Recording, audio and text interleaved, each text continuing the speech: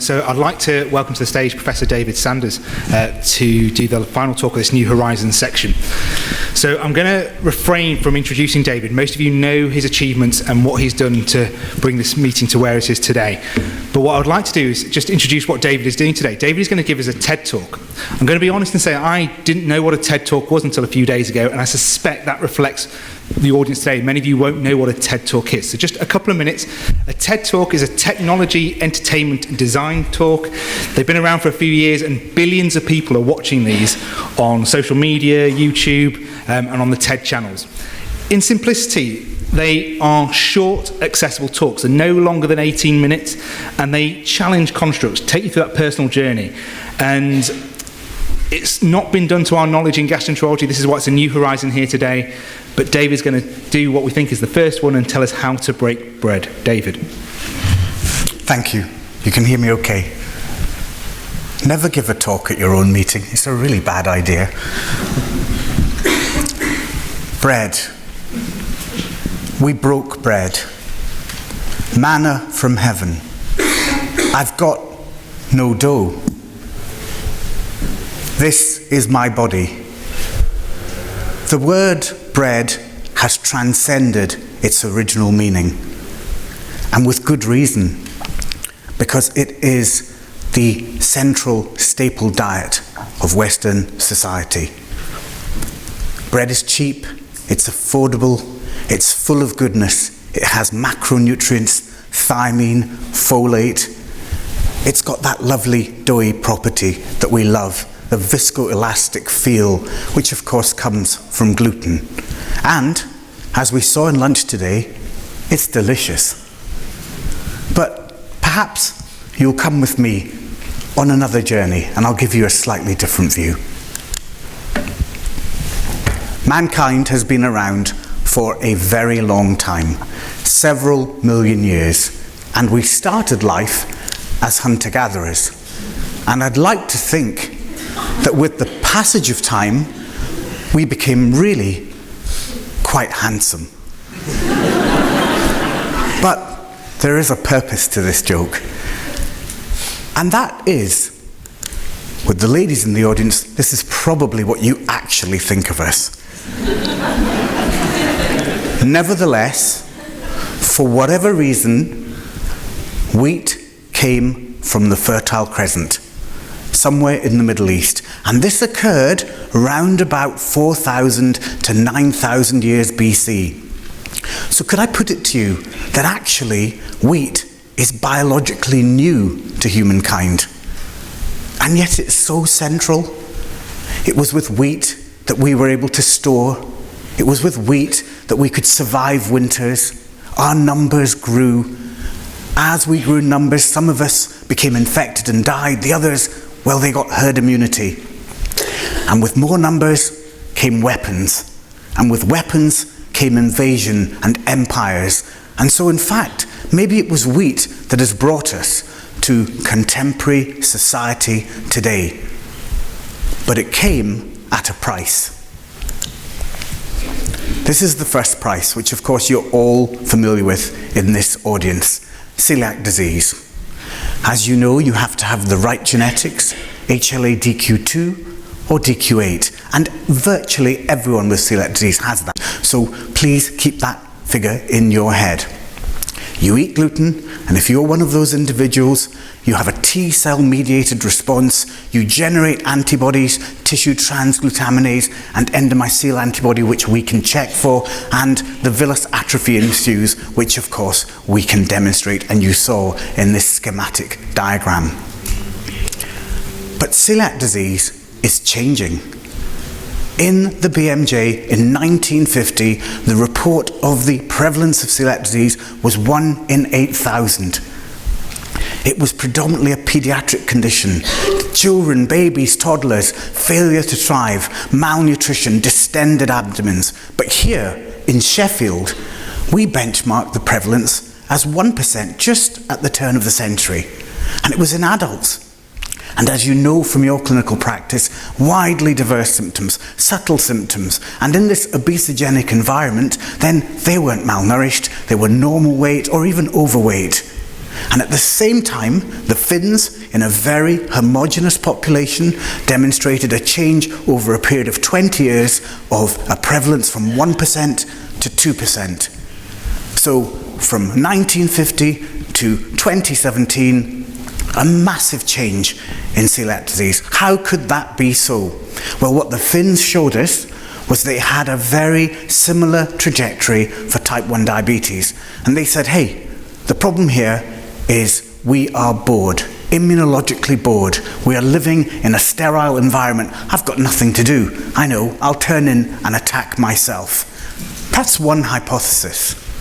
But another option, which we're seeing in the Indian subcontinent and in China, as these predominantly rice-based cultures are starting to westernize their diet, we're perhaps seeing a dose-dependent phenomenon. For the first time, they are reporting celiac disease in growing numbers.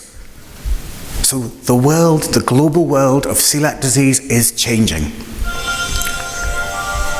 Thank you. What about the second consequence?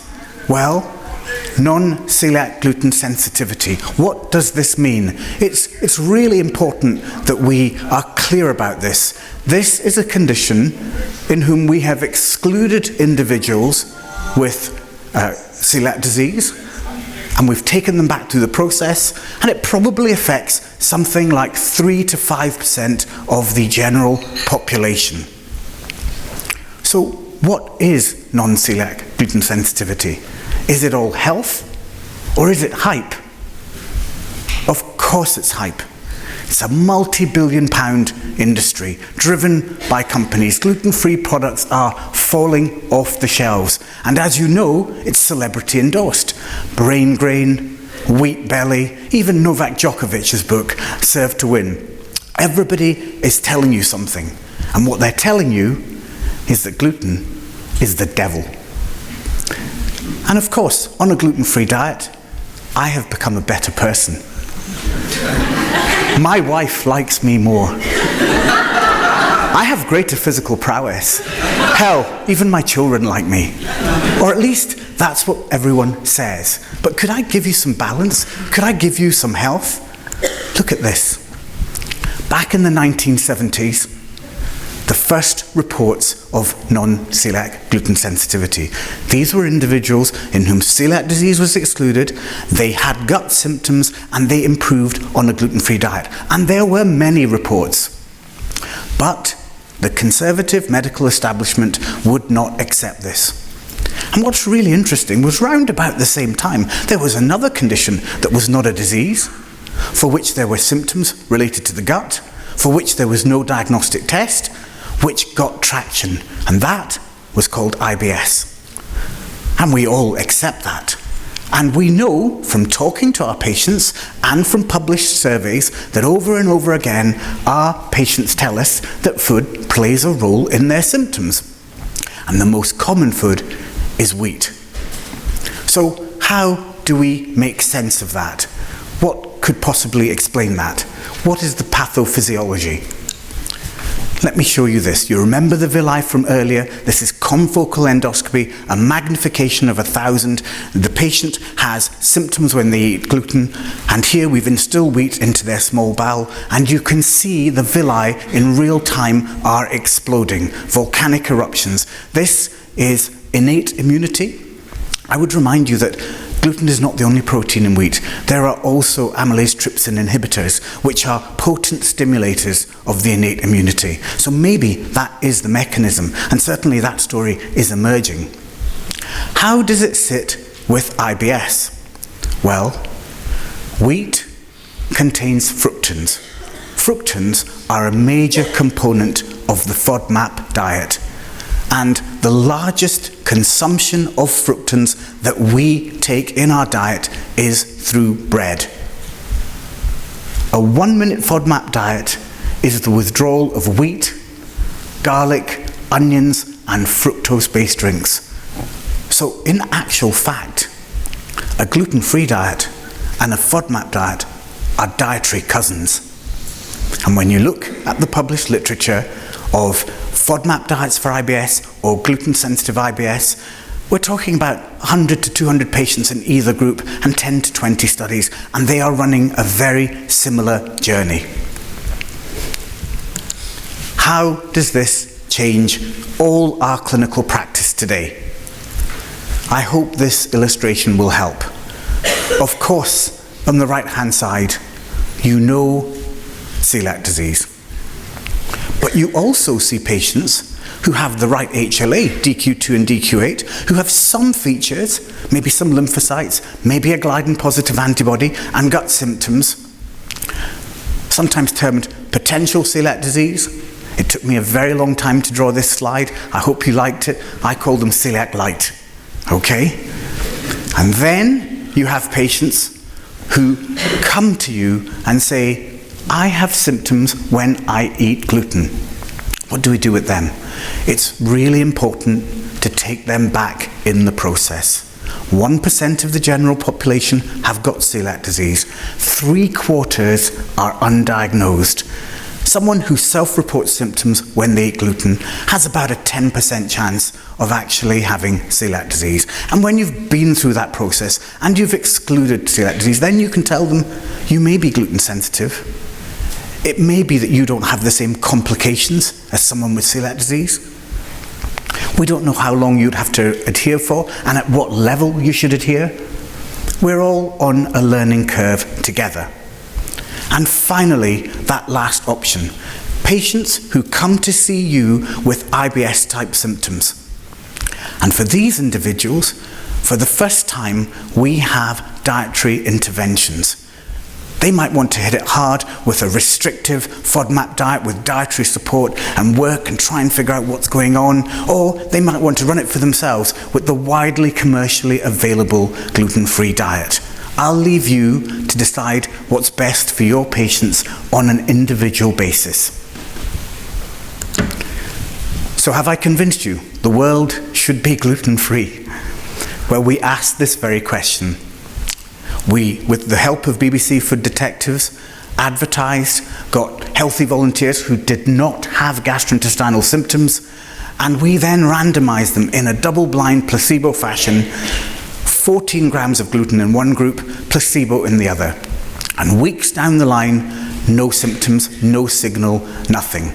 So the message is very clear. If you think that going gluten-free as a lifestyle choice is something beneficial, there is no evidence to that effect. Clean eaters, you may have heard this expression, again, no clear evidence to that effect whatsoever. So my time is nearly up. I'm showing you this video not to upset you, but to tell you a little story. Mark Lowry is a vet who'd been watching our work, who contacted us and he said, look, I've got these border terriers and they've got gliadin antibodies.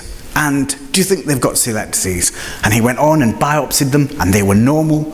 And then we said, try them on a gluten-free diet. You can see they are having seizures. And of course, 5 out of these 6 dogs improved on a gluten-free diet. The 6th one was scavenging horse manure from the local field, and once that door was shut and he could no longer have his gluten fix, he improved as well. And the reason I'm saying this is because, of course, we're not the only mammals who are suffering in this way. How can I summarize the situation? Well, we could maybe use this little urchin. And you can see he intends to shove that donut down as quickly as possible. He's not just a little urchin, he's actually my son. He has issues, but hey. So, the point is, if you have celiac disease, then I'm afraid this donut is not for you. Unless you are on a gluten-free diet, and this is a gluten-free donut. If you have non-celiac gluten sensitivity, then maybe you'll benefit from a gluten-free diet, but we don't know for how long. We don't know whether you have significant complications, and it may be that in time you can return to a normal diet. For the general population, there is no indication for a gluten-free diet. But be warned, gluten is ubiquitous, and it might be that we are consuming far higher quantities than we know, and with that in mind, it might be that tips us over into symptoms. Humankind has been around for a very long time. And wheat and bread allowed us to escape the hunter-gatherer trap. But for some of us, maybe it is a friend that has outstayed its welcome. Thank you.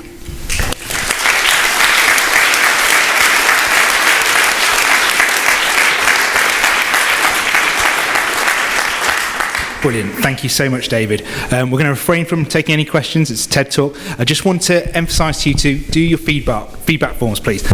What we've put in this New Horizons section is new. If you want to see more of these in the future, in our future Gastro Symposium, please write and let us know. So it's 2:30, time for coffee. If I could ask you to come back for the difficult cases section at 3 o'clock, we'll make a prompt start then. Thank you.